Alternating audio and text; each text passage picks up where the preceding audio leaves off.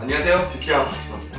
그동안의 뷰티 마케팅의 성공 방정식은 플랫폼에서 브랜드 그리고 공간에서 브랜드로 확장되고 있는데요. 우리나라는 유래가 오래된 뷰티 브랜드들이 거의 없어서 장소나 공간 마케팅을 활용한 사례들을 찾아보기가 굉장히 어렵습니다. 그나마 오래되었다고 볼 수 있는 아모레 퍼시픽 같은 경우도 방판 위주로 성장을 했기 때문에 공간적 장점이 다소 부족하죠. 하지만 이제는 공간에 주목을 해야 됩니다.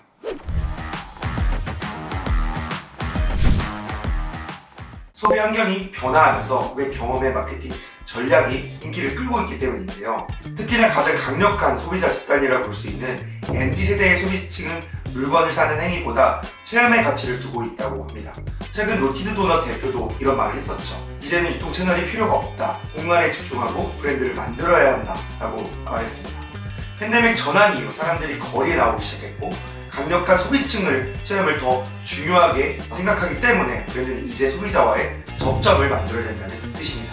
아주 근본적인 부분에서 집중을 해야 된다는 말이죠. 모든 비즈니스가 사람을 위한 것이라고 하지만 뷰티는 사람의 정체성과 자존감까지 도와주는 비즈니스이기 때문에 다른 산업보다도 더 인문학적인 관점에서 바라볼 필요가 있다고 저는 생각합니다. 우리는 그런 의미에서 공간을 더해 다양한 비즈니스로 세계관을 확대해 성공한 시세이도를 주목을 해야 된다고 저는 생각합니다. 여러분들 시세이도가 과자 가게를 하고 있다는 점도 알고 계셨나요? 화장품이 개인의 아름다움에 초점을 맞췄다면 음식은 관계의 아름다움을 만드는 영역에 있다라는 브랜드 슬로건을 가지고 사업을 시작했습니다. 다른 브랜드는 시도조차 안 해봤던 접근만 먹을 마침내 일본 1위 화장품 기업으로 성장을 했습니다.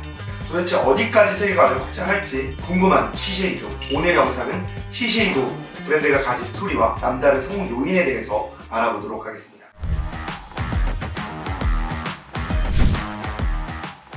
시세이도는 일본에서 가장 긴 역사를 갖고 있는 화장품 기업이자 세계 100대 화장품 기업 중 랭킹 당당하게 5위를 차지하는 브랜드입니다. 브랜드가 성공한 이유는 다름 아닌 차별화된 스토리와 메시지로 소비자층의 마음을 움직였기 때문인데요. 바로 여성의 마음을 잘 잡았던 것입니다. 주로 경쟁자가 하는 전략과는 다르게 일본적인 색, 일본적인 미를 강조하면서 여성을 내세우는 마케팅을 꾸준하게 진행을 했는데요. 이는 굉장히 큰 성과를 거두었으며 브랜드 이미지 자체에도 긍정적인 변화를 주었습니다. 소비자층은 대부분 여성임을 고려하고 기업 문화 자체에 여성 위주로 바꾼 것인데요. 80% 이상 여성이지만 조직 내에 남성 영역지만 있다는 게 말이 안 된다면서 모두가 공평한 라이프 스타일로 변화를 시도했습니다. 여성 소비층들을 고려한 마케팅에 있어서 내부 문화까지도 바꾸는 기업은 흔하지 않죠. 이런 시세이도의 메시지와 차별화된 마케팅 덕분에 결국 사람들의 마음을 움직였으며 오랫동안 리더 자리를 지켜온 럭스를 제치고 1위를 차지했습니다. 시세이도는 과자점도 있습니다. 도쿄 긴자에 위치한 시세이도 팔러는 1902년 창업된 전통 서양 과자점인데요. 당시만 해도 굉장히 생소한 개념이었지만 소비자들의 입맛을 저격하는 상품들로 인기를 얻었습니다. 또 컵과 빨대 등 기본적인 소품까지 미국 드러그스토어 컨셉트를 가져오면서 라이프 스타일 속의 특별함이라는 강점을 내세웠었죠. 시세이도의 아이덴티티는 단순히 화장품을 넘어 진정한 라이프 스타일로 표방을 했습니다. 제품에 국한되지 않고 음식에서 아름다움을 영역을 확장해 나왔던 거죠. 차별화된 접근으로 성공 시나를 쓴 시세이도, 그 성공 요인에 대해서 더 자세히 분석을 해볼까요? 뷰티왕이 본 성공 요인 첫 번째는 바로 오프라인 공간을 아주 잘 활용했다는 점입니다. 시세이도 팔러의 레스토랑에 가보면은 상류층들만의 위안 공간이 따로 있습니다. 기존 가격보다 비싸긴 하지만 서로 문화를 향유할 수 있는 분위기를 만들어주는데요. 살롱 같은 느낌으로 화장품을 넘어 전반적인 커뮤니티까지 케어하는 셈입니다. 여기서 끝이 아닙니다. 지하로 가면 시세이도가 만든 뮤지엄이 자리를 잡고 있습니다. 브랜드 아이덴티티가 고스란히 드러나는 곳인데요. 사람들에게서도 볼거리, 공감대로 자연스럽게 형성을 해나가고 있죠. 위치 역시 시세이도 본사 근처의 자리에 화장품으로도 자연스럽게 연결이 됩니다. 대부분의 팝업 스토어가 직관적이고 브랜드 홍보 위주로 돌아갔다면 시세이도는 체험을 우선시했습니다. 브랜드 이미지가 자연스럽게 스며들 수 있도록 디자인한 점이 인상 깊었던 점입니다. 두 번째는 타 영역 진출에 대한 스토리와 전문가가 존재한다는 점. 시세이도가 맨 처음 레스토랑 사업에 진출했을 때에는 화장품에 대한 접근보다는 서양의 문화를 일본으로 가지고 온다는 모토가 있어 자연스러운 확장이 가능했습니다.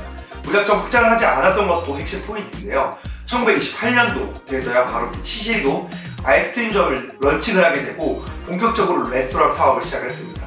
총 주방장을 타카하시 에이노를 선정해 간판 메뉴인 미트 크로켓을 고안한 것 역시 전문성을 신경을 썼다는 것도 알 수가 있는데요. 마지막 성공 요인은 시대에 따라 변화할 수 있는 광범위한 카테고리로 기획한다는 점입니다. 아모레퍼시피도 오설록이라는 티 브랜드가 있는데요. 시에도가 비슷하게 보일 수가 있겠지만 오설록은 오셀록 이미지 하나에 국한되어 있고 제조까지가 연결되어 있습니다. 화장품으로 연결되는 부분을 찾아보기가 힘들다는 이야기죠.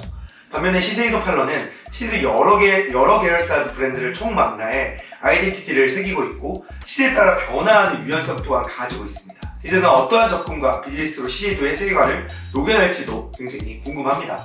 현재 K뷰티가 과도기에 온 건 사실이지만 인간의 본질에 집중한다면 제2의 성수기는 전 무조건 온다고 생각합니다. 우리나라가 해외의 가장 다른 부분은 장소, 즉 로컬에 대한 부분인데요.